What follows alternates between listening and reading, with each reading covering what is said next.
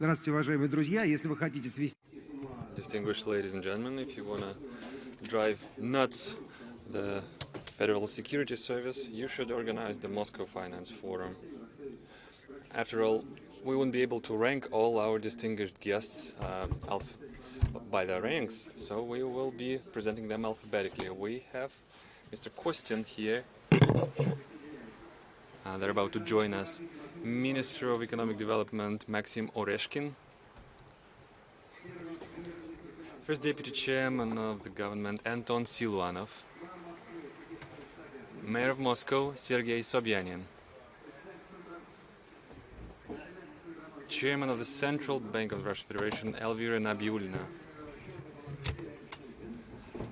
Head of the Accounts Chamber Alexei Kudrin. Like I told you, we're gonna drive the protocol service nuts. And Prime Minister of the Russian Federation Dmitry Medvedev.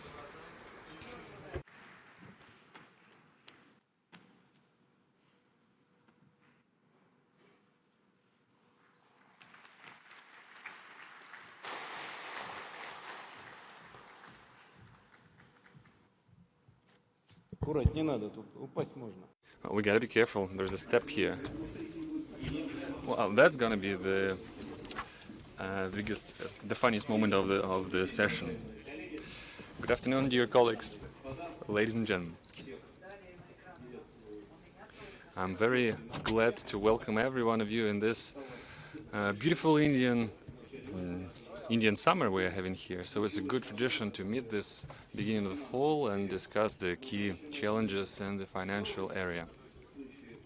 But at the outset, before we start, I want to congratulate each and every one of you with the day of the finance year. We typically celebrate it on September 8th. Well, we are not celebrating in advance in our country, but we have plenty of time to celebrate it afterwards. That is to say, I wish to congratulate every one of you. Your work has a positive influence on the economy. I wish you the good investments and high yields, and all the best in your endeavors. Yesterday I participated in the dialogue program.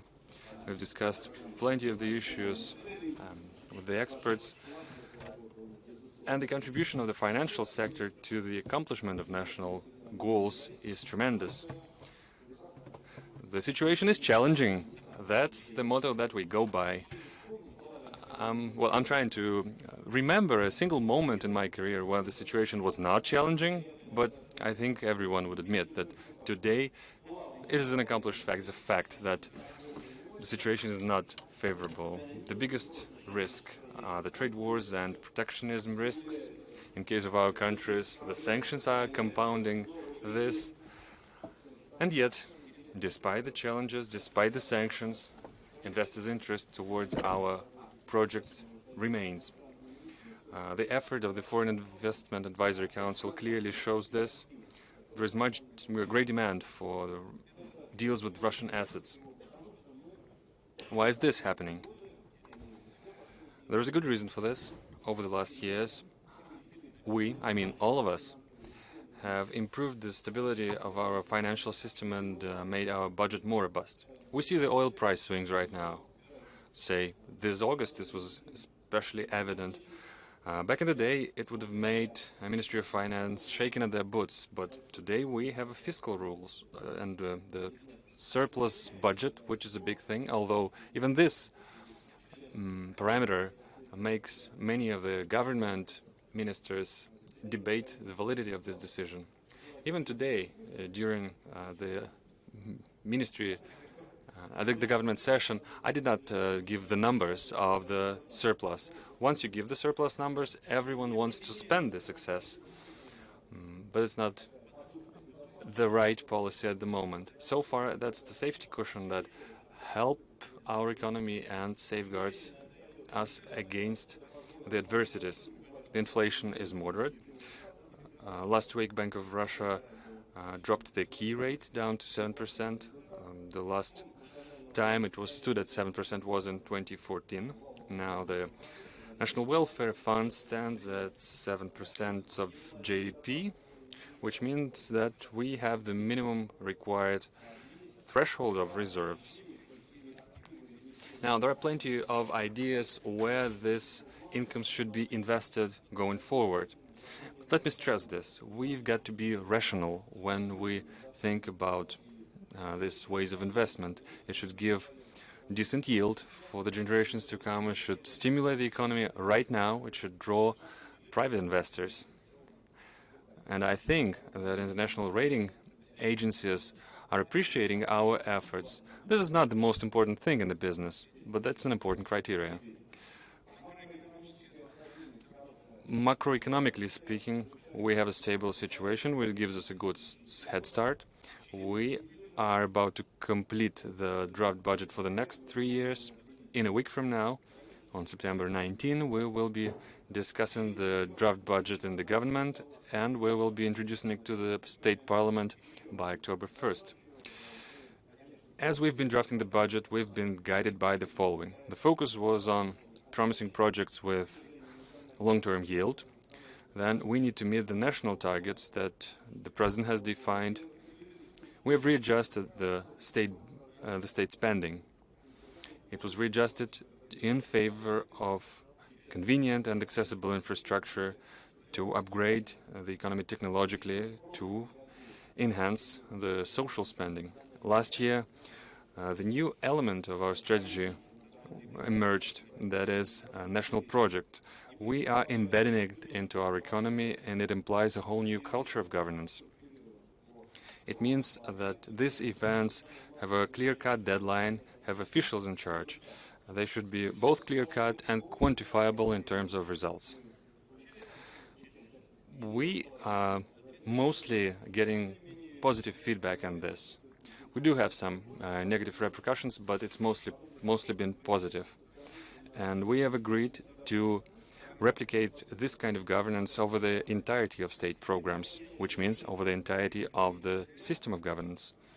The decision-making system must be made more flexible and efficient, and the deadlines for preparing the documents should be compressed and streamlined. It often causes certain hiccups in the day-to-day operation of agencies and ministries, but it drives down the time necessary to make a decision. Granted, nothing can be done without an end-to-end digitalization of processes. We need to move the decision-making, monitoring, and supervision system to a single digital platform, which means that we should bring together strategic and budget planning within the single system. It should also include financial control and dedicated auxiliary bodies. I will instruct Ministry of Economic Development and Ministry of Finance to prepare the new concept, the new vision of this brand new governance system, and the detailed implementation timetable should take place within the next year. We're making these steps to improve the efficiency of state investments. I will make several highlights. First, that's the big topic today. It's the reform of the control and supervision system, reform of the audit system. This regulatory framework should be both convenient and efficient. Yesterday we have discussed this extensively. I've just made a decree to switch in the system of bylaws and move to something more up-to-date. We should not be blindly foregoing the old system in favor of the new, but we should bring it to the modern standard. Why I'm saying this? Because the majority of these legal acts that have been passed before 2017 are no longer legally valid. Second, we will create a fair competitive environment. It stands true for improving and enhancing tax administration. Three, we should pay more attention to reducing regulatory burden. That stands true for the transformation of business climate. 4, we will continue creating favorable conditions for repatriating domestic businesses into the domestic jurisdiction. And finally, we should provide greater and stronger guarantees for investors. Let me be blunt here. It took us a while, but we are in the final stage of preparing the bill on protecting and promoting capital investments. We've been discussing it with businesses, naturally, and we are offering some major improvements in this law. First, we are creating the legal definition of the stable conditions of doing business. So once a new law is enacted or new rule is enacted that would entail any additional expenditures or perhaps impose stricter rules for the businesses, we will be given an extended deadline for starting to implement them, before we start implementing them, so as to give the business an opportunity to adapt to the new reality, to the new environment. This should be the general rule. You don't start implementing these laws from the get-go. Now, another important point, there will be special conditions provided for those who will start major investment projects in Russia by a certain time. In this case, they will be entitled to special treatment. Now, which areas should be eligible for this special treatment? There was a hot debate about this, and the majority of us believe that a special investment agreement with the state should be struck, which will give sufficient eligibility and sufficient guarantees that the conditions and terms of doing business will not change over an extended period of time. Now, third point, extremely important one. If the government does not live up to its commitments, or the legislation will be revisited. After all, the state is fully entitled to do this, with varying degree of ramifications. Well, if it does not live up to its commitments, rights of investors will be protected, because, as the lawyers would be saying, these contracts would still remain legally valid and will not become null and void, as would happen with a private contract. The document should provide for a restitution of investors' spending on transportation, energy, housing, social, digital infrastructure, and many, many others. Where would the money come from? From the incoming tax flow. The appropriate decree has been prepared. Am I right? I am. And we are expecting to submit it to the Parliament soon enough. Well, I think we are being quite optimistic when we discuss economy, but I do hope, with cautious optimism, that will give us greater sense of certainty for the entrepreneurs who are investing in Russia. I am referring to investments 20 to 30 trillion rubles. Now, there will be another tool for improving investment climate, the so-called Speak to Zero. It will give us a greater flexibility for giving tax exemption to entrepreneurs. Granted, we are inviting representative of the business community when we discuss this new investment amendments. We discussed it with the representatives of Russian Union of Industrialists and Entrepreneurs, and we expect that institutes of development will be engaging with us closely.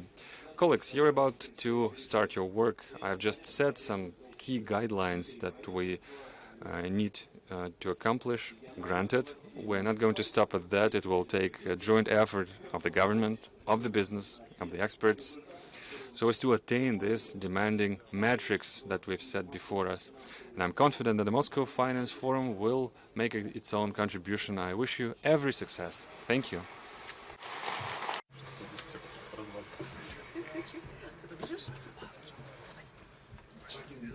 Я знаю, что организаторы подготовили. Thank you, Dmitry Anatolyevich. I know that the organizers have prepared a video, very provocative video, so to speak.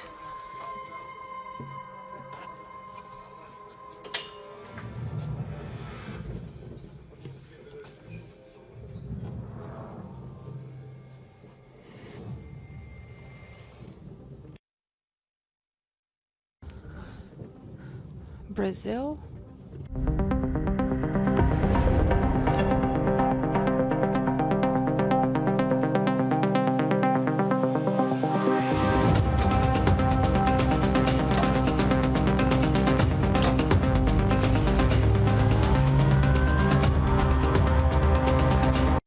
GDP per capita in 2011 prices.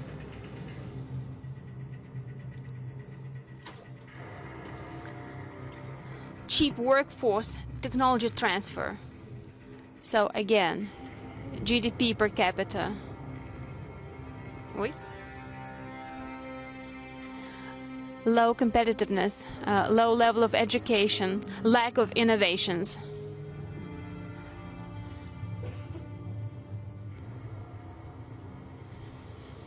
Average income gap. Countries remain in this gap for more than 50 years.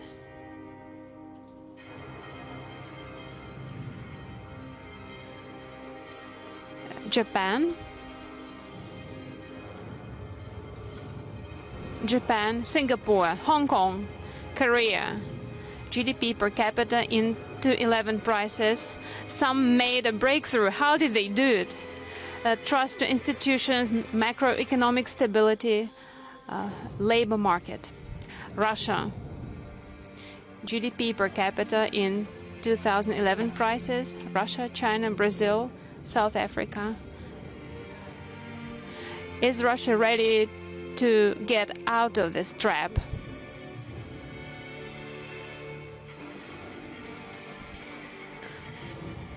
Oil price, balancing the budget, ruble, inflation, interest rates, completed. Institutional trust, rating, doing business 2011. Investment share in GDP by 2024. Productivity growth by 2024. Russia is among the 10 top countries in terms of quality of education. Share of companies making technological breakthroughs. 5G. Share of countries. Contribution to GDP. Real disposable income, annual growth. Russia, is it possible? Yes, it is possible.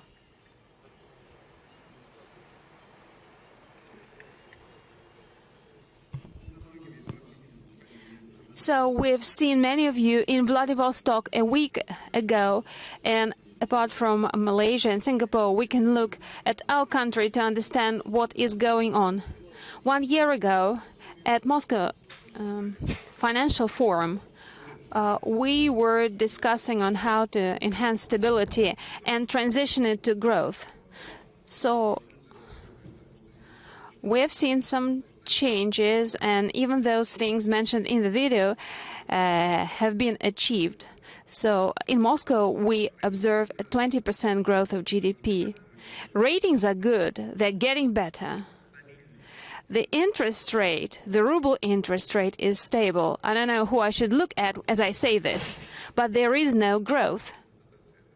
This is the fact. And why is it so? Good afternoon, dear ladies and gentlemen. Yes, it was a good video, indeed.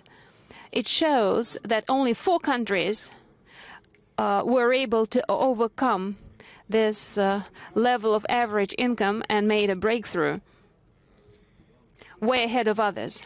What is the reason for that, and why do we not see this type of growth in this country? People are saying everything is good, there is stability, there are stable conditions for business, for taxation, for macroeconomics, which we did not have in place before. There is money. Businesses do have funds. Deposits are 28 trillion of rubles. Why do they not flow into the economy?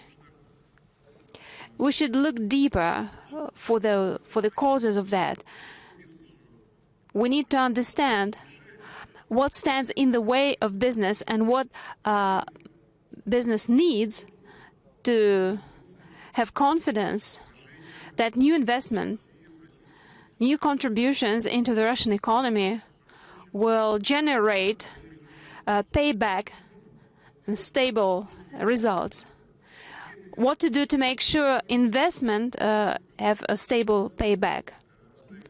Or should business just wait and keep the money on the bank account? So the main goal is to provide an incentive and encouragement to the business to make it understand and believe that we're ready for it, we're doing everything possible for the business. What stands in the way of the business? Our laws, legislature, which is way behind the current standards. So we have adopted the laws, the appropriate laws, and we got rid of the unnecessary laws. So we have done this. What else does business say to us? Give us guarantees of stable labor market. Keep changing taxation laws. You keep changing other laws, and it is hard for the business to plan ahead without having this confidence in the stability of laws and regulations. So those who are ready to invest in new projects, in development, they look for guarantees, and we provide those guarantees of stability, of rules that will not change. We have worked a lot on the laws. There were a lot of proponents and opponents of that. And in the fall session, we will submit to the State Duma the appropriate draft laws, and the business is looking forward to it. The government should provide guarantees for future investment. So investment is 20 to 21% of the GDP, which is very little. We need to bring it to the level of 25 as a minimum. The countries that were a success, that share was above 30% of the GDP.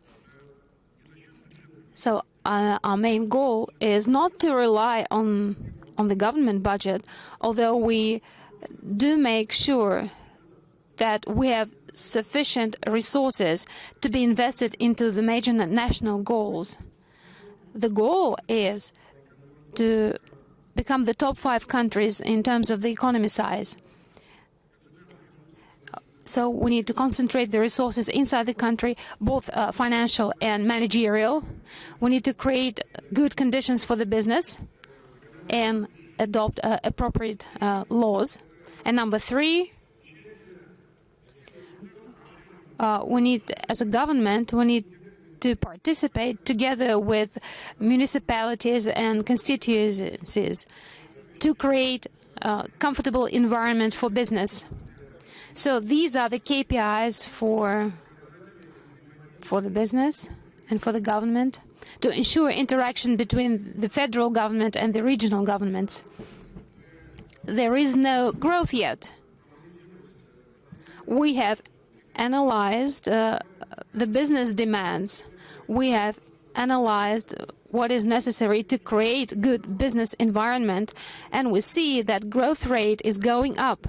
The recent numbers demonstrate that growth rate in the economy is around 1.7%. It has been around 1.7% in the past months.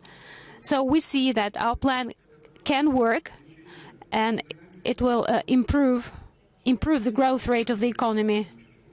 You should see the face of Dmitry Zhukov as you spoke about the laws. He was just checking whether he was well shaved. I don't know why he did this. We'll come back to the fiscal policy later on, but I would like to turn to Elvira Nabiulovna. Yesterday, I read an article of Dmitry Nitrin on the central bank policy. I was thinking about Duma as I was reading that article. Remember the debates of Aramis with the priest, and the priest thought he was getting dumb.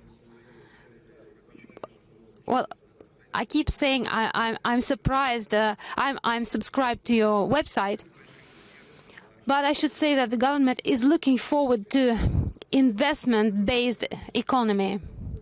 The central bank, what does it do to make it happen? Please make it simple so that even I understand it.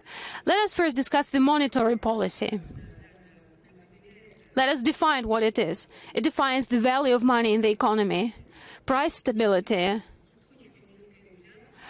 stable and low inflation foster investment.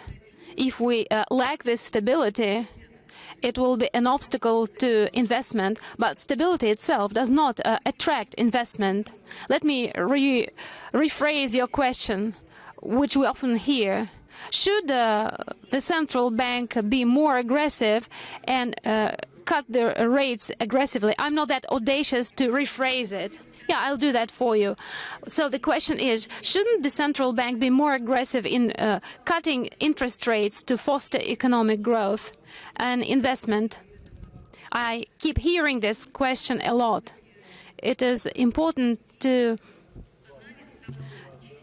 understand why the economy is not growing at a higher rate. What is the reason for that? Economists and financiers say there are cyclical reasons for that and structural factors, structural reasons related to the fundamental structure of the economy. And the monetary policy of central banks can accelerate economic growth without sacrificing stability, even if it is cyclical recession. So we do see lack of growth. Is it due to structure of the economy or due to a given cycle? So we do see cyclical slowdown. We'll come back to the budget later. But what we see is that the budget expenditures they're lagging behind spending. We believe it's a macroeconomic factor, and we expect that budget expenditures will reach the required level, and we will eliminate this reason. One more important thing that affects our economy is the global economy growth rates. Those rates are slowing down, and again the question is it due to the economy cycle? Oil prices are going down. Are they going to go up again sooner or not? The way things develop in the world, given all the economic wars and uncertainty, we believe that a slower growth rate are largely due to structural issues. Slow economic growth in Russia are largely due to structural issues, and the monetary policy cannot really help here. This is why we shouldn't repeat the mistakes made by other countries, some recent mistakes of countries which neglected the structural nature of a slow growth rate and tried to print more money. Then they could see some short-time growth, and then the economy stop developing again. And we would not like to repeat this mistake, to make this mistake in this country. So investment requires trust to the economic policy, to the fiscal and monetary policy. So we need to create predictability, and we need to see what the central bank can do to that end. So we need to do our job without interfering with other areas. Also, let me speak about three misunderstandings related to the monetary policy. Number one is that Russian monetary policy is too strict and limits the growth of loans and economic growth. This is not true. Borrowings grow, well, consumer loans go up, and also corporate loans also increase. Therefore, our experts believe that today we witness the positive loan impulse. The second misunderstanding is that the loan is unavailable or getting more and more unavailable. But we oversee companies. The availability of loans in 2015 and 2016 was low. It has restored now to the level of 2010, and many companies no longer say that unavailability and high price of the loan is the reason for absence of growth or slow growth. And the third misunderstanding is that loans could be one of the main prerequisites of economic growth. If we have a look at a financially stable enterprise, anywhere in Russia or in other countries, the ratio of internal funds and own funds is 2-to-1. Yes, companies do take loans to increase the payback of the capital. If the company is operating on the verge of profitability, it only makes it more vulnerable to any fluctuations. As Anton Germanovich said, the companies do have money and their bottom line is going up. And also there is the budget surplus. We see that companies increase dividends and investment. All this speaks to the fact that the reasons for slow economic growth should be found elsewhere, not in the monetary policy. We need to ensure stable price conditions for investors. Yes, we agree that the monetary policy is not the tool that immediately affects economic growth. But the central bank, along with the government, takes structural measures. And we're looking forward to the central bank to take structural measures to evaluate credit risks.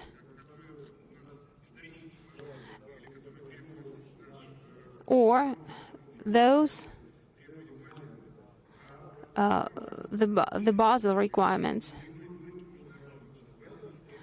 Well, as far as the Basel requirements are concerned, we should probably revisit our credit risks on the loans given to the economy.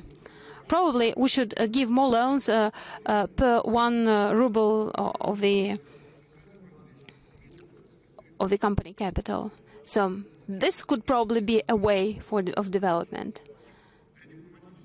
I was trying to be diplomatic. I would like to comment what you've said. Yes, you mentioned the monetary policy. The central bank activity is not limited to the monetary policy measures. We do other things. We're active in other areas where we try to contribute to the economic growth. And one of those things is the health of the banking sector and of the financial sector.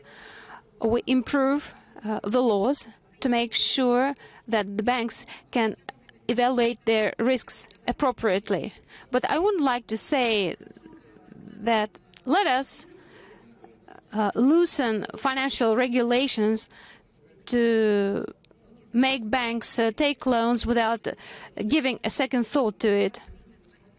The global crisis of 2008 was largely due to that attitude of banks, and we would not want to repeat it. I do agree with Minister Siluanov. Our rules of risk assessment do require revision, and today we propose not to have just ratings. Ratings do have their deficiencies, but then banks themselves, based on their loan history, build their own models. They know their portfolio better than us. We would like them to take an advanced approach to risk assessment. I think the Minister of the Economy and Minister of Finance expressed the same position, to make banks a free hand to estimate their own risks and their own loan risks, to understand who they give loans to. Well, we've leapfrogged a little from the original scenario, from the discussion of the current situation to way forward. But I want to ask a question to Minister Arashkin. Why is the growth so slow? Why are we unable to speed it up? Well, next year we anticipate the economic growth to speed up. So you think measures that Anton identified will start working? Yes, according to our scenario, we anticipate the growth of economy up to 2%, maybe even higher.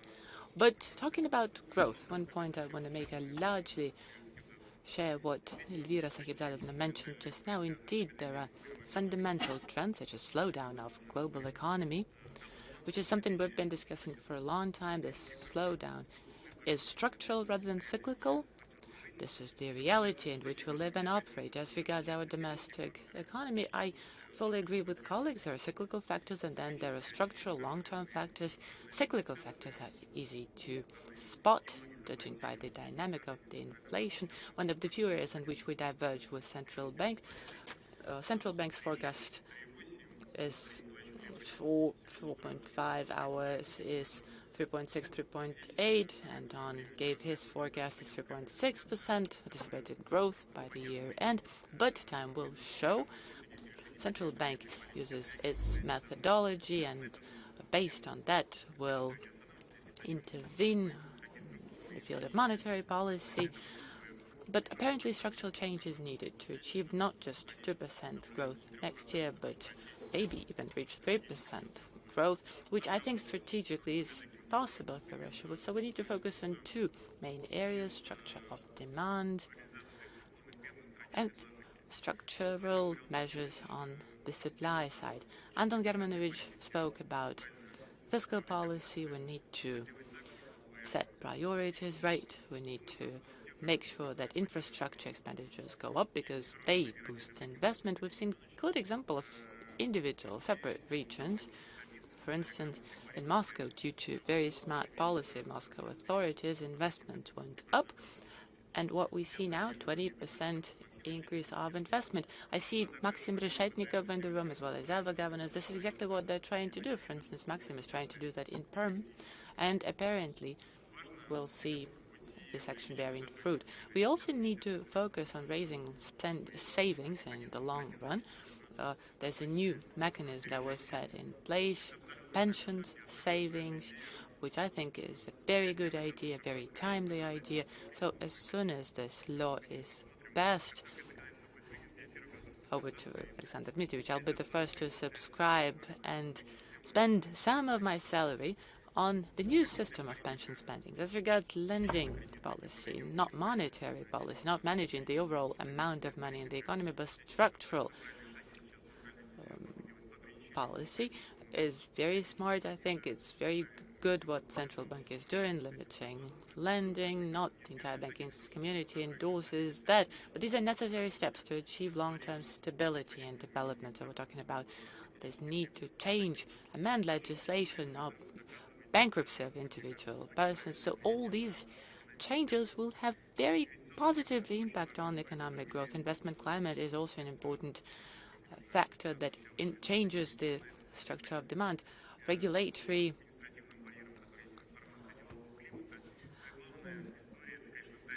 cutoff is an important mechanism, and also building confidence and trust towards the city, or towards the state in general, to the government, to the law enforcement.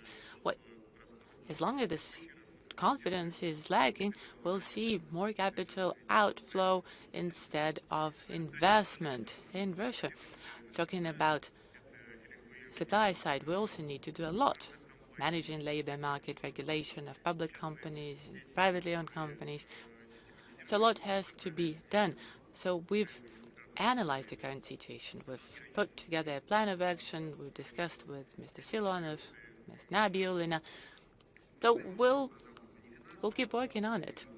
I have a very practical question. It so happened that in recent days I've been traveling a lot around Russia. Yesterday I visited Chelyabinsk, and I was looking at statistics on Chelyabinsk, and I found a figure which I found very curious, which you will probably find curious as well. Internet connection. Internet connection costs, well, different money. In Moscow, for instance, the average price would be 590 rubles. In Krasnoyarsk, it's 938, and Krasnoyarsk in Chelyabinsk, it's over 700 rubles. You don't need to know statistics to understand that salaries are so much lower outside Moscow. And Samara and Perm are also among leaders by internet price. So what does that mean? Is that a structural phenomenon? Is that a manifestation of a structural phenomena? Well, when we talk about such examples, we need to understand detail. There are different factors. First, there's competition. The stronger competition, the lower the prices, apparently. For instance, Perm is an example of our telecom that's competing with other federal chains in Perm, so prices are pushed down. And also large cities, mega cities, mean that there are many people. So it's cheaper to provide services to larger groups of people. Imagine a big house where more people live. It's just cheaper to, connect to internet. Well, I just thought that it's a very interesting statistics, mysterious in many ways, because it speaks volumes about how this country is developing. So we heard about monetary policy, about fiscal policy.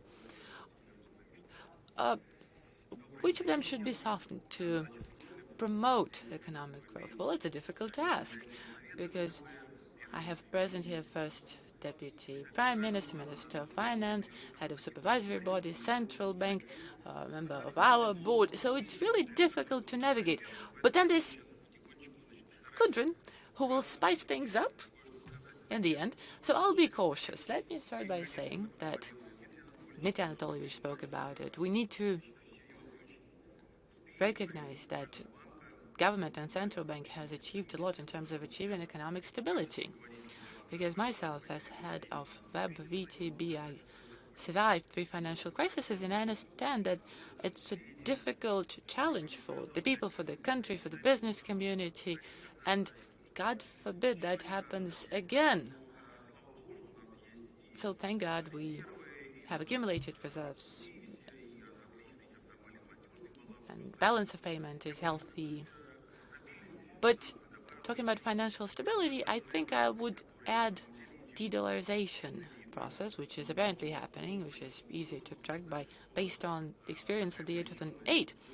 I can tell you that this high level of dollar dependency had catastrophic effects. I remember back then we'd sit on special meetings every week and identify companies that needed intervention and dollar support to pay off their loans. Now we're less dependent on dollar settlement, and this in itself helps build stability and independence from outside risks. Now, back to your question. Talking about taxes, I think with this amount of surplus, we can allow to start softening the policy, but these should be targeted measures. For instance, we say that tax collection rate has been going up. One of the proposals we're looking at to reduce tax burden, an amount equivalent to the level of tax collection that Federal Anti-Monopoly Service thinks is acceptable. There are certain niches we're looking at. Maybe we could set a minimum threshold income for the less protected people, the less vulnerable people, the poorest people, and free them from taxes. And second suggestion has to do with social payments, which also is an important and painful topic for SMEs. Maybe we could identify separate areas in which SMEs operate, where the less protected, the most socially vulnerable people operate. We could also provide benefits for them and exemptions. So the existing structure should remain operational, it should remain stable, and this is what the Ministry of Finance is talking a lot about. But I don't think suggestions I'm making would have any negative or spillover effects. As regards monetary policy, I generally agree. The trend is present. Back in the days, we encouraged the central bank to do forecasts. They refuse to do forecasts, but they give hints. After every meeting, Elvira Sahibzadovna hints at potential trends, saying we might reduce it further. So I think monetary policy might be softened in the future, but it's all good when it's up to a measure. Inflation, for instance, 20% inflation is bad, but zero inflation or negative inflation is even worse. Same relates to interest rate. Today, European banks are perishing because of zero negative rate. Why don't they give us loans? Well, yeah, it's a good idea. Why not? Why not? But I think the trend is very clear. An even more relevant problem is the problem of capital. Anton Germanovich mentioned that. And I'm on the side of Ministry of Finance rather than the side of central bank. Because this system where banks are mandated to come up with their own systems, but still there's central bank present who is a regulatory authority who can always tell, no, you got it all wrong, your calculation wrong will make you make changes. So there's some ambiguity about it. On the other hand, the situation would be better if there were clear guidelines, and it would be easier to implement than what we have now. I'm not even arguing about Basel III. The overall trend to increase the amount of capital is a positive trend. So central bank is now fine-tuning requirements, not the overall requirement in terms of capital sufficiency ratio, but, for instance, ratios required for mergers and acquisitions. So they're fine-tuning the system. But it's important to make sure that it stays at this level, fine-tuning and not major changes, because banks cannot allow to accumulate larger reserves. Going back to banking sector again, one of very interesting, rather provocative topics is that we talk a lot about the fact that tighter regulation of consumer loans was probably a step in the right direction, but it can fire back. We need to understand that, because at some point we might find ourselves in situations where many people will default on their consumer loans because under new rules, banks will not be allowed to refinance old loans. But just for your information, in the recent few years, such countries as Azerbaijan, Kazakhstan, and Georgia started implementing public support measures to cover bad debts, especially microloans of population. 5 to 16% of population benefited from the project, and it helped improve the situation in the banking sector and also helped to deal with the problem of bad debt among the most vulnerable groups of population. So I think monetary policy is going in the right direction, and I agree with Elvira Sahibzadovna. It's not a problem today. Borrowers can find loans at decent rates, and mortgage rates are going down and will be going down, which is important as regards tax collection ratio. It's important for it to go up, and I think it's possible to very gently regulate tax burden and protect the most vulnerable. Well, I clearly see 2 points for comments. Well, since we never agreed on this position in the advisory board of VTB, I want to comment. There's obviously something to discuss. Talking about softening. As we talk about softening every time of a policy and benefiting from it, what is it we mean? We mean more spending, fewer taxes. But we're all used to the current situation.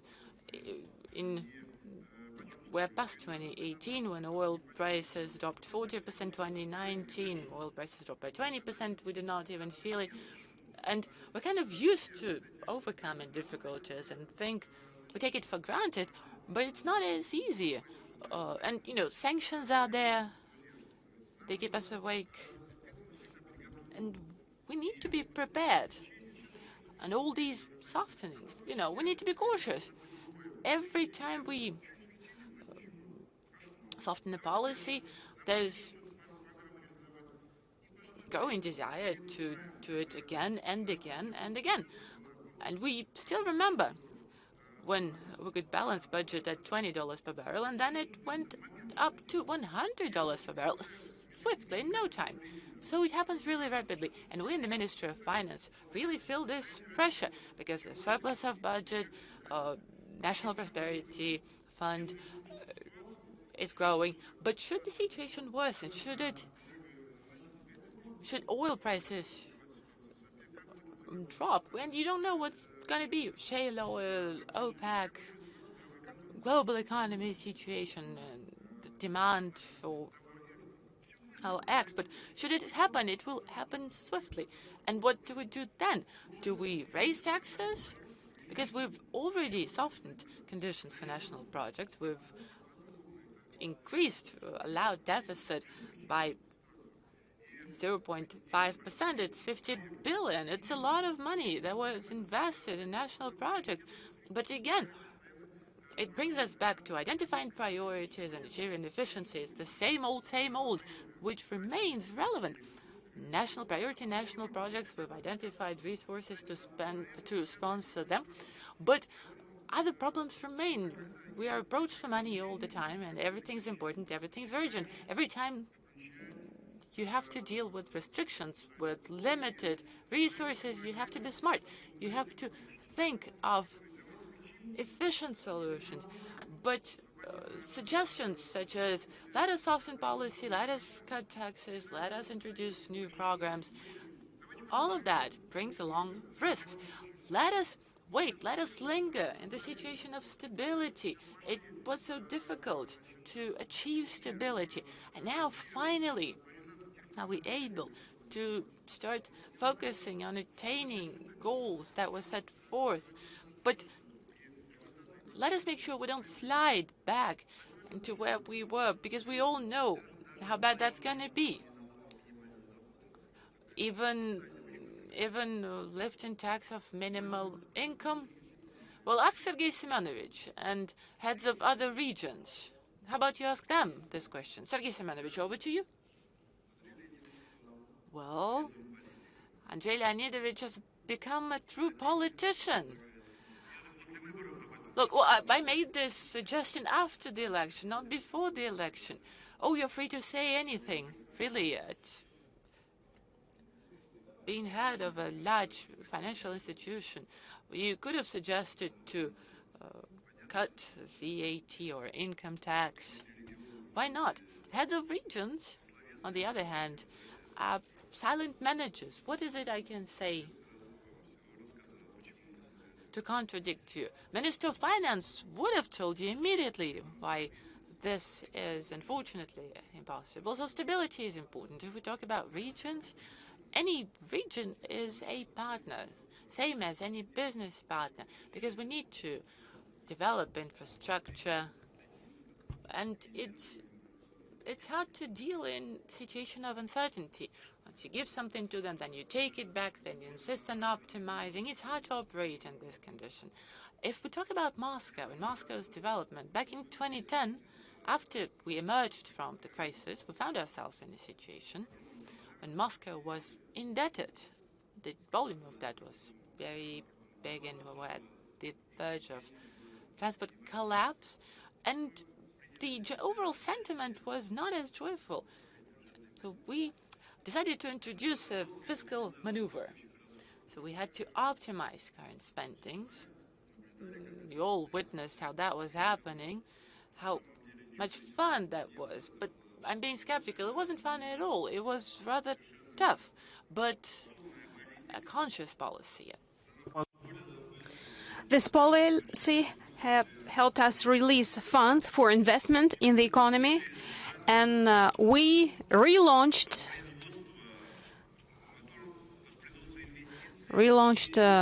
investment and economic development. So we were able to break that vicious circle. We increased investment threefold in the city budget. So this year the growth is 19.5%. Today we grow due to private investment. We invest in infrastructure and eliminate bottlenecks in transport, in utilities and the social area. On the other hand, so we reconstruct industrial zones. We ensure access of roads to those industrial zones, and we benefit from that a lot. We do invest in the city along with business. When we do not have confidence in our own powers, it is hard to move forward. So we fight administrative barriers, hooking up to utilities. How do we measure doing business? 70% is Moscow and 30% is St. Petersburg. No other regions are measured in terms of economic growth and investment. So nothing can work on its own. Things are very much interrelated. When you take an integrated approach to development of a given territory of a city, it works. Well, we argued over numbers before the session. As far as numbers are concerned, it's a separate story. I'm not a macroeconomic expert, but I always keep thinking, with the growth of income tax that we have, given the growing revenues of companies, real growth of revenues, given the growth of tax revenues coming to our treasury accounts, this is real money. And at the same time, we hear, do not look at those numbers. The economy is going down. When we see the growth of 16% of the income of the profit tax, they say to us, don't pay attention to it. The Russian Service for Statistics says that the growth trend will be 1%, and I can't understand it. I don't think we operate accurate numbers with accurate numbers. Why cannot we operate with the use of data from the pension fund, from the tax service, from the social insurance service, big data, banks, big data of cities and regions? Why don't we do this? I think we limit our perceptions by not using all these numbers.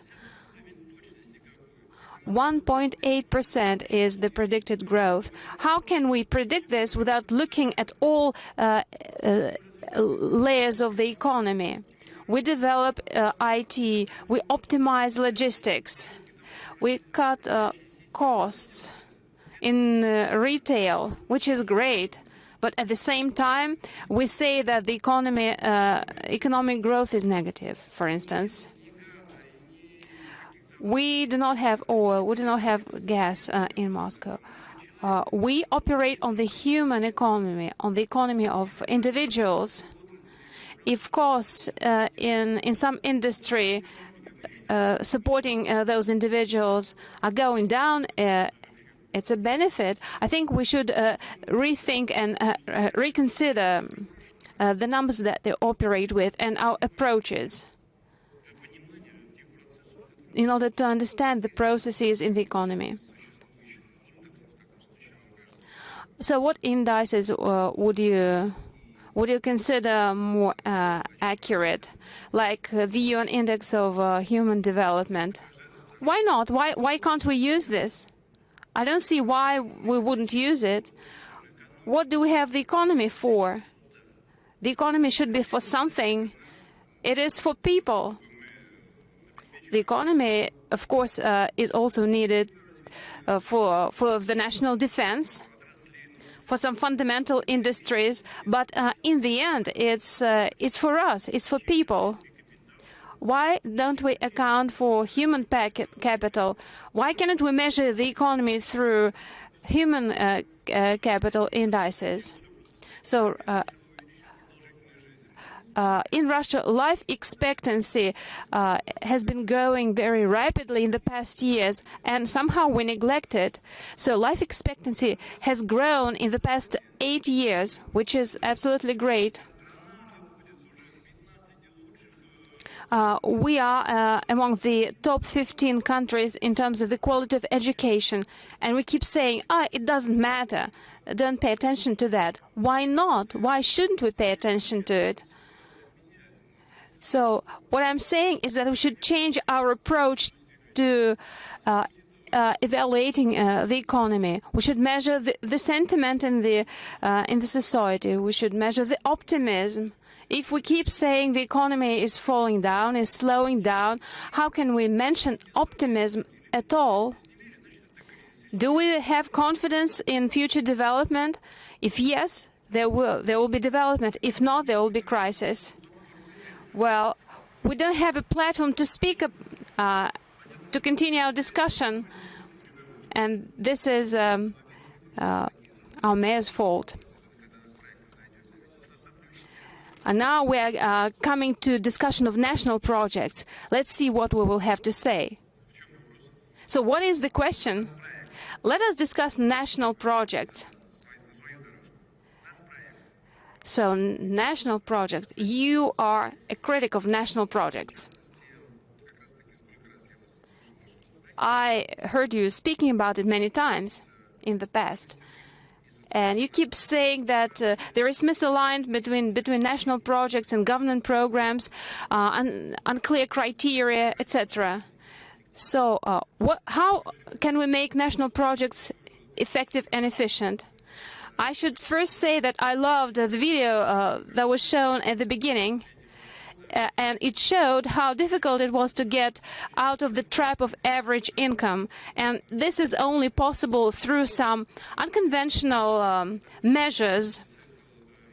And when we started the presidential cycle with national goals and national projects, I should say that the goals are very ambitious.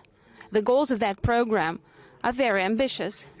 So the question is, can our policy ensure this expected breakthrough? So we are putting together national projects and plans to achieve national goals. All this was published in May this year.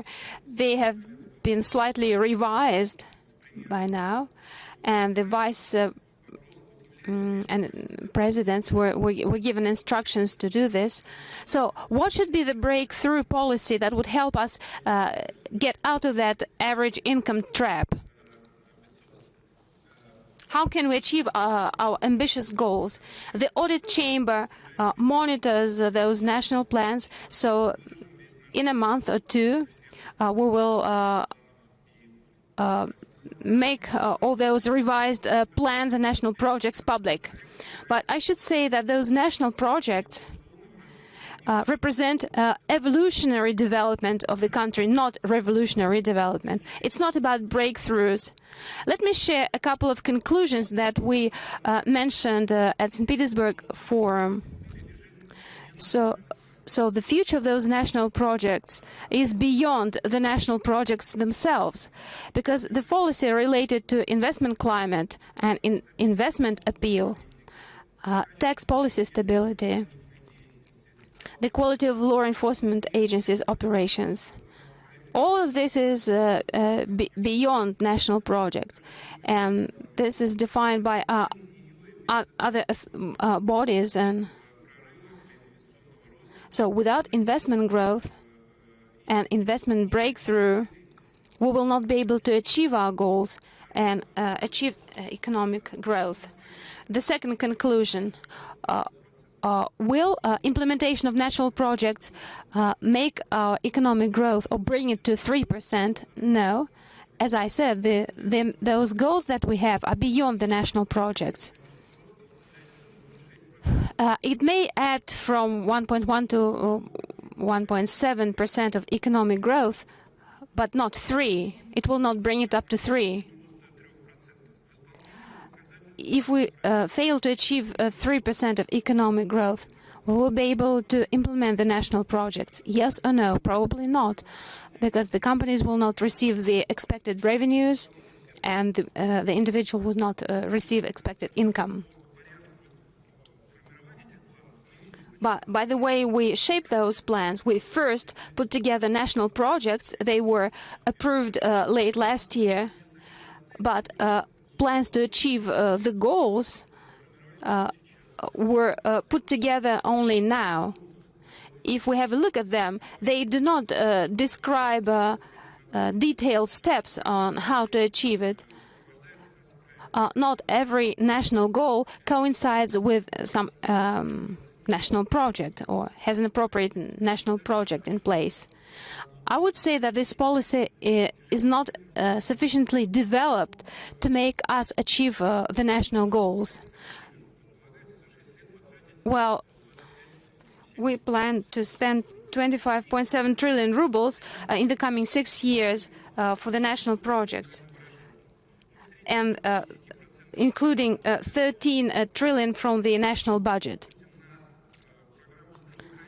For instance, for the healthcare program, in the coming 6 years, we're planning to spend 1.7 trillion. So how much are we going to spend in total in healthcare?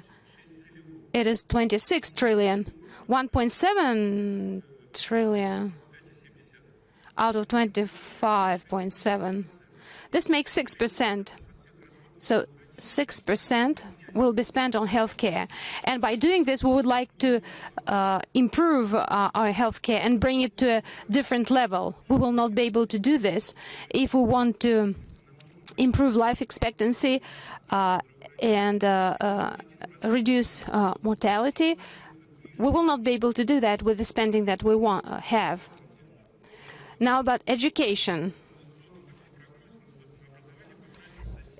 For education, for 6 years, we will spend 26.9 trillion.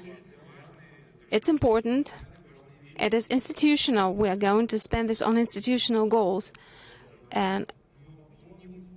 But this will not bring us to a breakthrough that we're looking for in education. For instance, from Germany to the US, the government spends from 4.3 to 6% of GDP. We spend 3.6. We will not be able to improve the level of education by spending only 3.6 of the GDP. We will not be able to make, again, an expected breakthrough in education.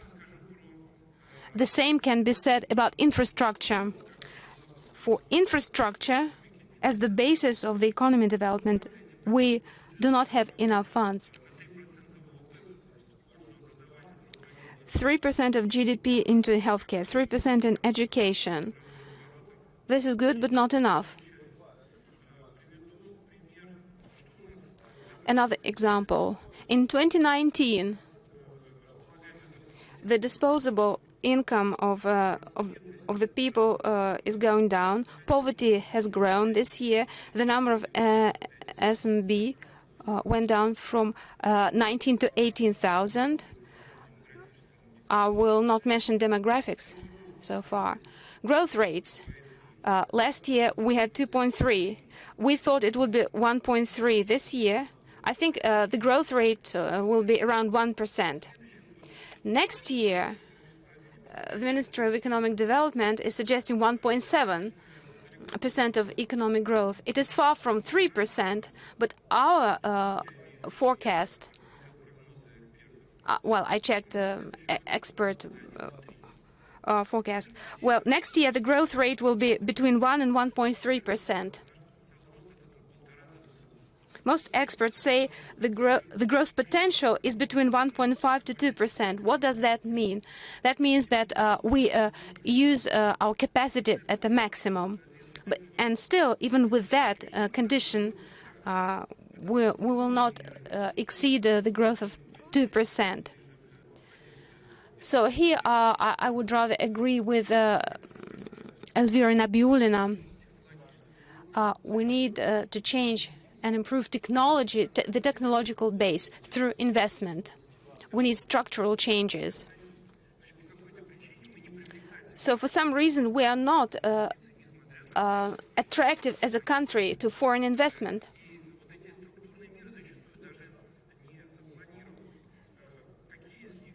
So what other structural measures are we looking for?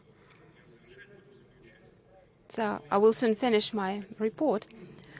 But as far as structural measures are concerned, it is increase of the private sector of the economy because it's more flexible, it's more productive, and it is more responsive to challenges. But the government is not going to retrieve from the economy. On the contrary, it is buying more assets in various industries, even in new industries. The role of the regions is very much diminished, and their independence in expenditures is still very low. So they expect instructions from the federal government up to smallest detail on how to equip schools, for instance. I also spoke about the judicial and law enforcement systems. This was topic number 1 in St. Petersburg Economic Forum. We keep discussing it, but it doesn't improve. Those two areas do not improve.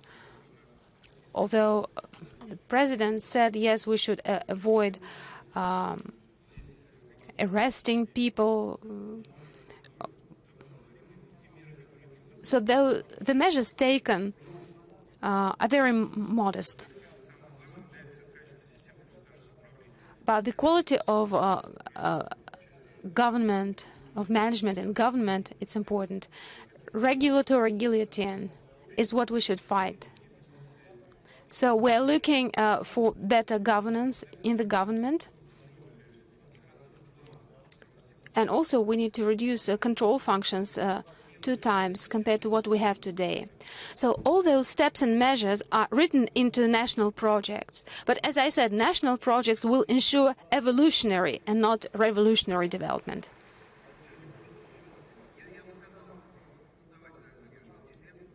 Oh, you have a comment? Yes, please. It's interesting. We all like when we say everything is bad. Well, in Russia we love it when we say it is bad. So when government officials say it is bad, we say, well, they realize they need to work more. So what we see on TV is like accidents and many bad things, negative things. So we feel good when we say everything is bad. So, but why do we do this? For instance, you say we need to increase expenditure in education and healthcare, and you take examples of the US and Germany. Why don't we look at Singapore, Korea, and countries that made a breakthrough? How did they make this breakthrough? Is it because they increased expenditure in the social sector, or did they make it through infrastructure projects or regulatory and legislative efforts? So is it about investing money in certain industries and sectors? We can do that, but it's important to understand how we're going to use those funds. It all boils down to the fact that with the funds that we have, we need to manage them better. So the money that we have could produce better outcomes, better effects. So the economy is not growing, or the private sector is not growing. It's not only about the private factor. We need to understand who manages public companies and who manages private companies. But it's not just that. If you analyze the growth in South Korea, China today, you shall see that there's a large share of public sector. It's about incentives. It's about targets that are set forth by managers that run public assets. Does it matter whether an asset is private or public? It doesn't. It's about managerial decisions that are taken. You're saying that the role of regions has been undermined, but I would disagree. Quite to the contrary. We've never cooperated as closely with regions as we do today. Those present in this room, people representing regions, will agree. So I can't agree with you on that.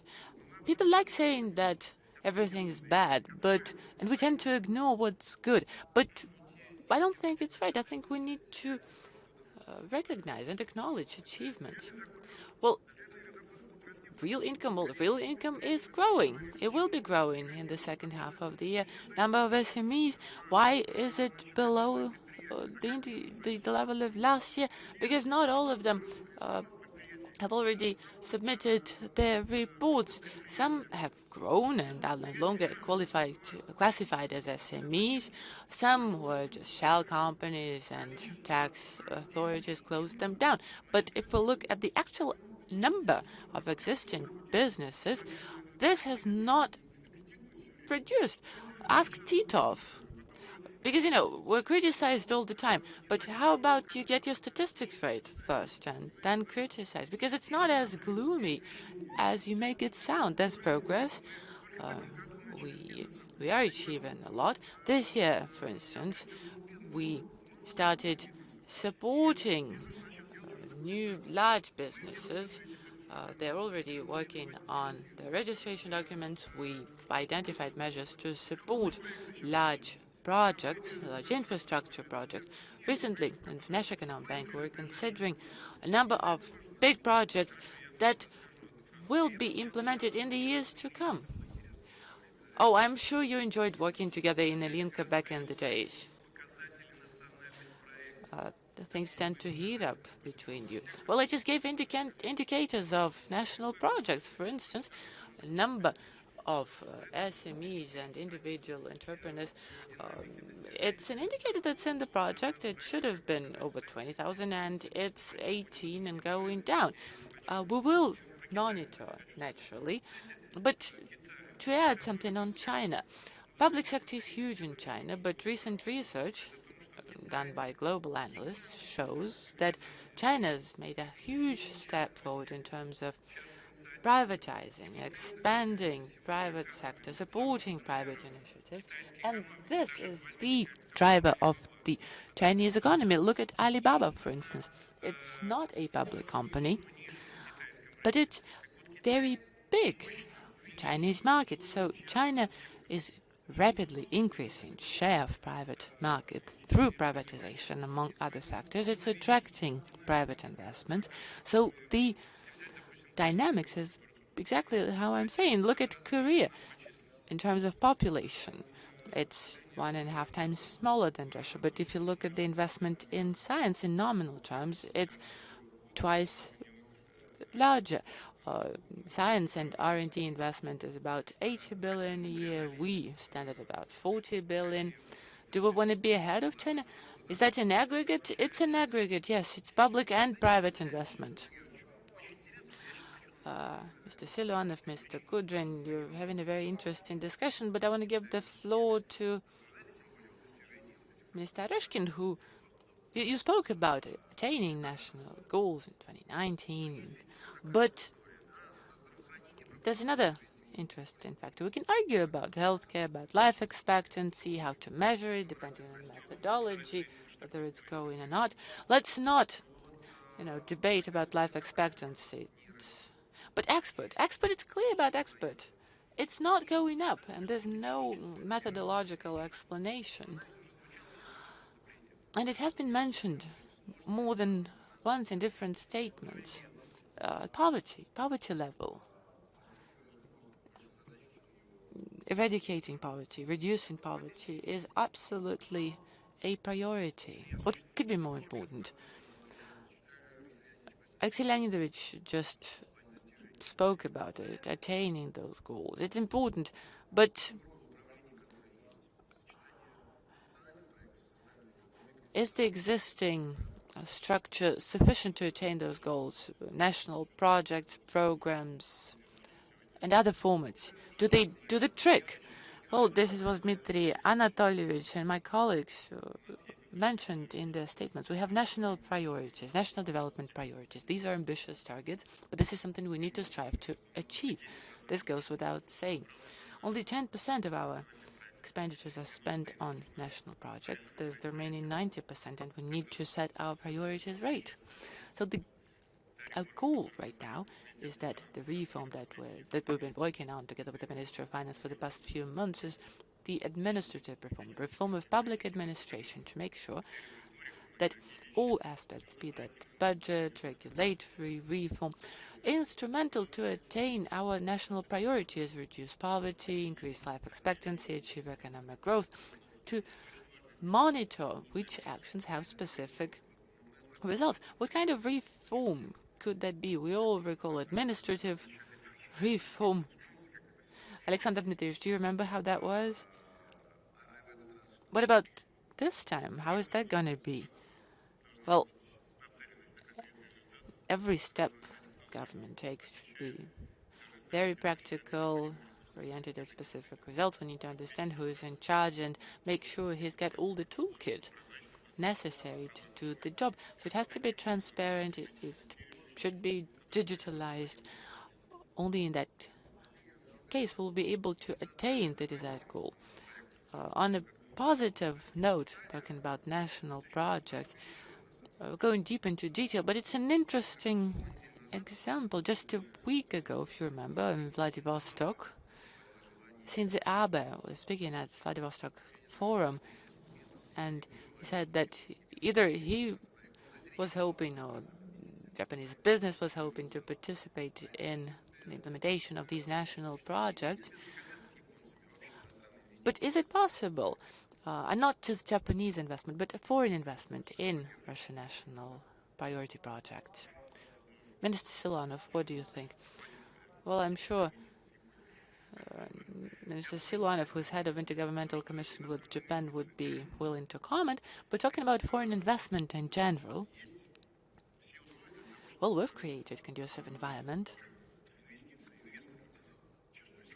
to make investors feel good in Russia with tax benefits in the Far East, for instance, that are unique, like nothing you can find in other regions. We have large amounts of raw materials that attract Japanese, Chinese investors, not just export raw materials, but process it here in Russia. So we're open, we're ready to welcome such investors. We have a special project to support economic development in the Far East. And the level of investment that is attracted to the Far East as a result of these measures is much higher than on average in Russia, with the exception of the city of Moscow.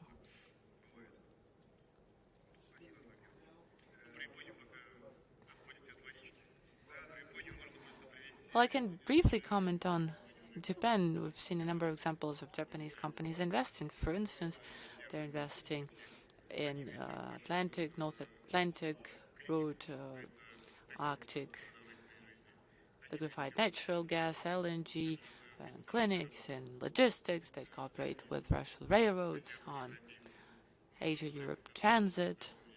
There are many projects. So Shinzo Abe, not just talking about some future, he meant very specific projects, something we've been working on together with Japanese colleagues for the past 6 months.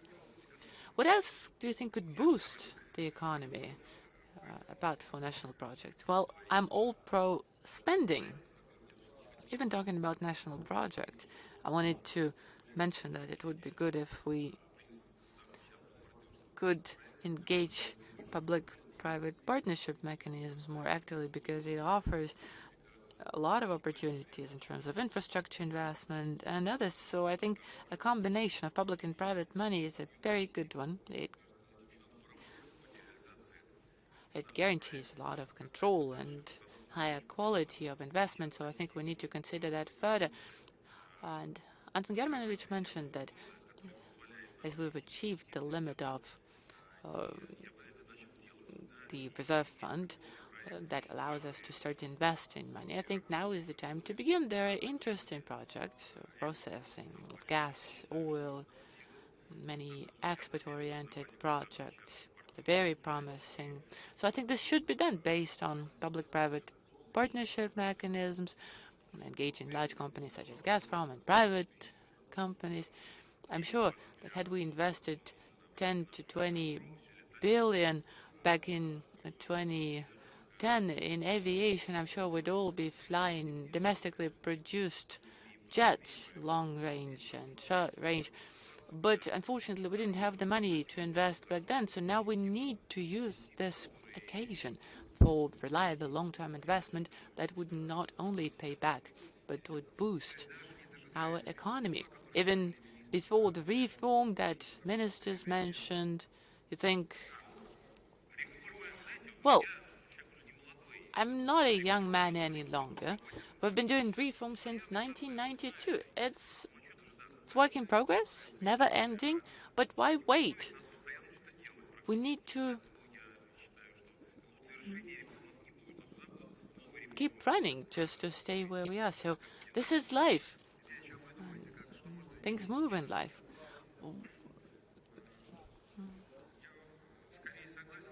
Minister Kudrin, what do you think could be done now? Well, I agree our fiscal policy is tight, a little too tight. I agree with Elvira Sakhievdalova about monetary policy because it follows suit structural measures and it softens fluctuations, kind of market situation. But as regards structural reform, I already mentioned that we do have specific needs in the state. New roads are needed, new transportation systems are needed throughout Russia. As you know, I was against increase of GDP. I suggested that we soften fiscal rule. As for surplus, I think it's going to be 1.4 trillion, 1.4% of GDP, which I think speaks volumes. It means that fiscal policy could be softened by $5 per barrel. I said it before, we could do it even without raising VAT, and now it's still possible. By doing so, the state would create a conducive environment for investment in infrastructure and partially education. Like I said, it's lagging behind, maybe healthcare as well, but infrastructure should come first. Today, even in national projects, there's serious deficit of resources and investment in infrastructure that's needed to implement national priority projects. And this is not something we should fear. This is a step we must take, we need to take. If we were to choose whether we want to boost growth through this very limited financial incentive, whether we remain tight and find ourselves with economic growth of 1.3%, which I think is an absolute maximum we could count on should things remain as they are. I would opt for the first option because that would help us win time for other structural reforms. And those steps would supplement one another, fiscal steps and increase in expenditures. I think we could reduce taxes to certain groups of people or new areas or sectors. I would be more cautious though. But it's obvious that we need to take some new steps in terms of economic policy, move towards support of private sector, regions. This is something we need to do here and now. We need to announce those measures and start taking specific steps. We will only see results in 3 to 4 years' time, but unless we do so, there'll be no potential for growth in the next 3 to 4 years. For instance, this new forecast of the Ministry of Economic Development, which is strange. The forecast economic growth next year 1.7%, but if we look at the forecast by 2021, the forecast is 2 to 3%. So how are we going to leapfrog to 2 and even 3% if we look at the current forecast, which is just 1.7? It's impossible that we leapfrog to 3% without any substantial, important steps. So we think not enough has been done. And I'm not just criticizing Anton Germanovich or asking him these questions. I'm asking these questions to those administrative centers that manage our judicial system, law enforcement, investment climate, our image abroad, that take steps to reduce sanctions, to open up new channels in trade. And I would argue with Andrei Leonidovich in terms of reduction of dollar dependency. We will still make all of our profit in dollars, and we'll have to buy technologies in foreign currency, dollars or euros. And if the situation remains as it is, we will have to keep buying technologies abroad. The world is a large laboratory, and we cannot predict what's going to be invented where. Something will be invented in China, India, Singapore, the US. Something will be invented in Russia, but we cannot replicate or reinvent all the technology that exists globally. Look at pharmaceuticals. Developing a new breakthrough medicine costs about 2 billion. Just one R&D per unit. So we don't have enough reserves. We can't substitute everything the global community of nations does. So we'd have to integrate. We'd have to find our niche on that market. And it is possible. We can find niches on our market. But we will keep procuring abroad. And if so, we'll need foreign exchange. We'll need foreign currency, and we'd have to make this money abroad. So our dependency on the world, on foreign currency, and it will be going up. Well, Maxim Litvinov, back in the Soviet days, said that oil is our most important thing we can offer to the global bourgeoisie. It has been said more than once that infrastructure development is really needed. But based on Moscow's example, which infrastructure should you develop in the first hand to achieve maximum result? Which type of projects create multiplier effect in Moscow?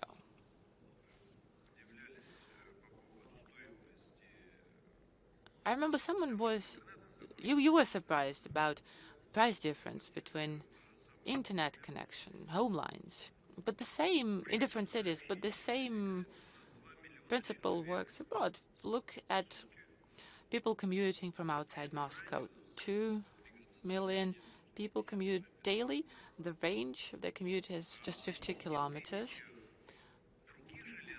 Well, if you look at 10,000 kilometers of other railroads, another 2 million people travel. So can you imagine how efficient those 50 kilometers of railroads around Moscow are?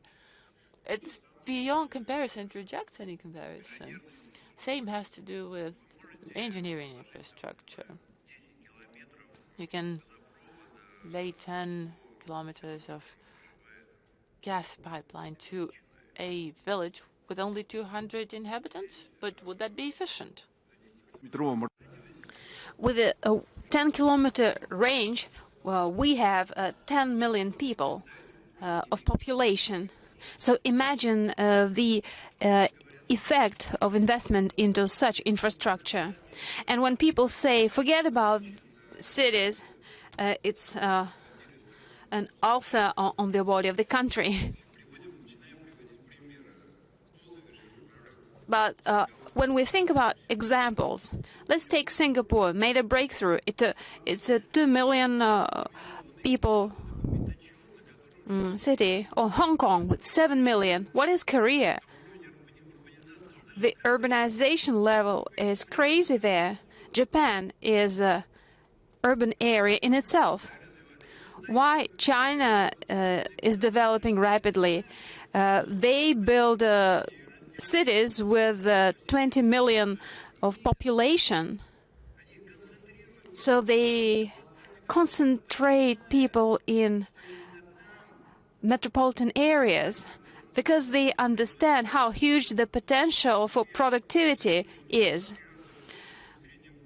Productivity in Moscow is 3 times higher than in other regions. Does it mean that people in Moscow work 3 times more than in the rest of the country? The answer is no, but this is how economy operates. It's not rocket science, it is simple math.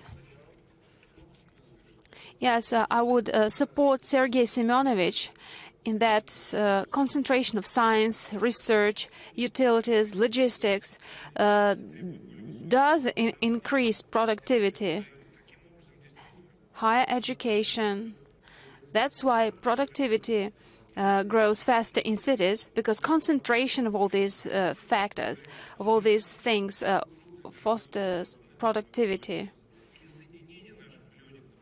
So, for instance, if there is a high-speed railway between Chelyabinsk and Ekaterinburg, it can further improve the productivity.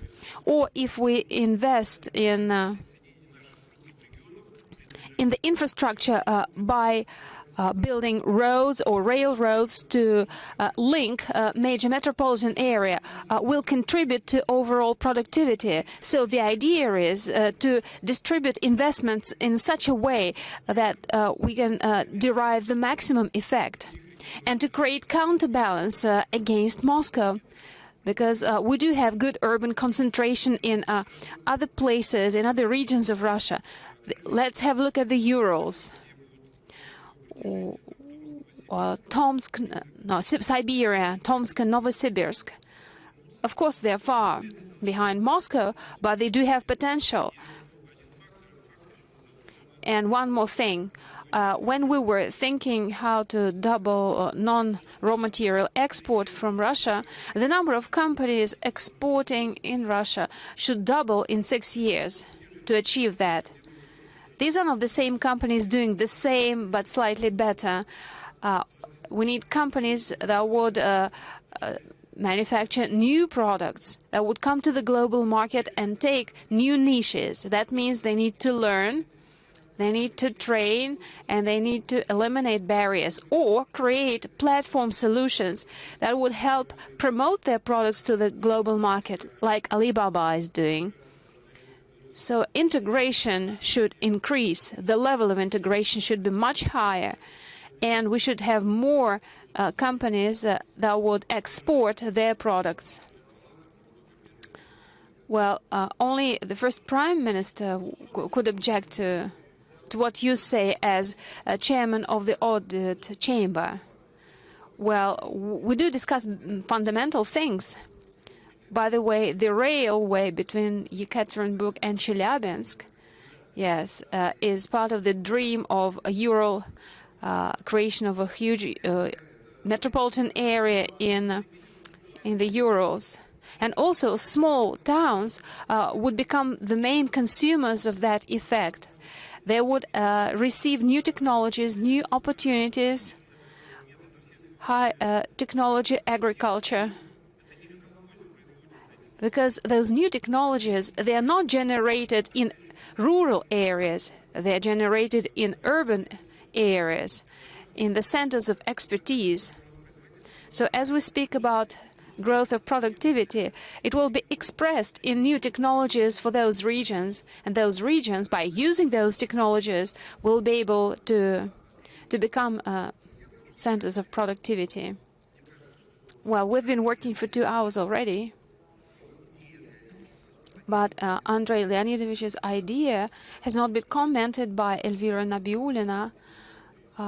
we were talking about not increasing taxes.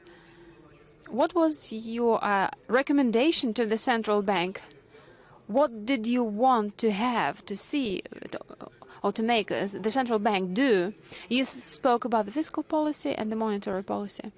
Now, as far as the central bank is concerned, we were talking about movement of capital, but it did not have anything to do with fiscal policy.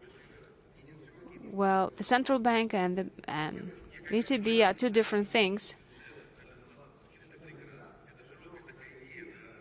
It has always been a good idea to replace the fiscal policy with the central bank, but I have an idea. Let me share my point of view and maybe summarize this discussion. So you say loosen the fiscal policy. We have two fund regulators in Russia, the central bank and the Ministry of Finance. Would you like to argue this point? No.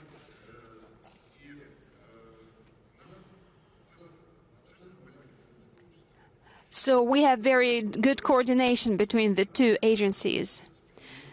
In countries, when countries want to stimulate their economies and foster economic activity, countries cut the interest rates. Or you say, let us increase expenditures. What would that mean? That means that the central bank would not cut interest rates, but rather increase interest rates. If we spend more, the central bank will be unwilling to cut interest rates, even if it is possible.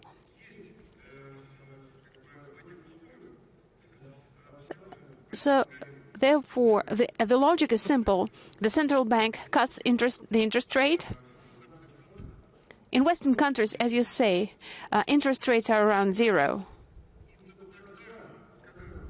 And only when we come to the limit of cutting that interest rate, let us only then consider loosening of the fiscal policy. Otherwise, it will not make any sense.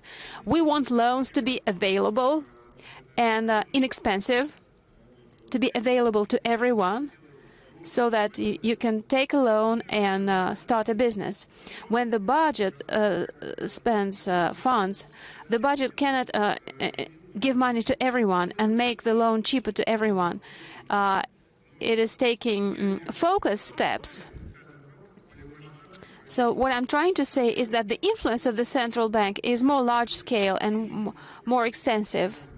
So yes, the fiscal and the monetary policy are interrelated, but loosening the fiscal policy could be used only after all monetary policy resources have been exhausted. So, who would like to wrap up? Yes, I will agree with Anton Siluanov. Yes, loosening of the fiscal policy and reaction of the central bank are two things that are related. 0.5% of GDP, would it provide a multiplying and structural shift in the economy? In the future, yes. It may further foster investment demand from the private sector, and then the central bank will not have to make its policy more rigid. I'm one of the people who created the stabilization fund to reduce the risk of the economy and dependence of the economy from oil prices. So the numbers I'm talking about are not dangerous to our economy from the point of challenges. If we take the range of 20 years, yes, those challenges are severe. If we take the range of 6 years, the risk is moderate. So if the oil price is between 70 or 60 to 70 dollars per barrel, the risk is minimal. Even if oil prices go down to $40 per barrel. It will not be detrimental to the Russian economy.